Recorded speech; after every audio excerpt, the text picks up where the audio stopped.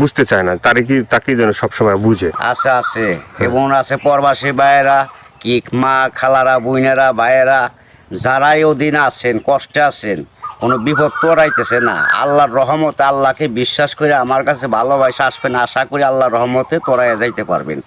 এবং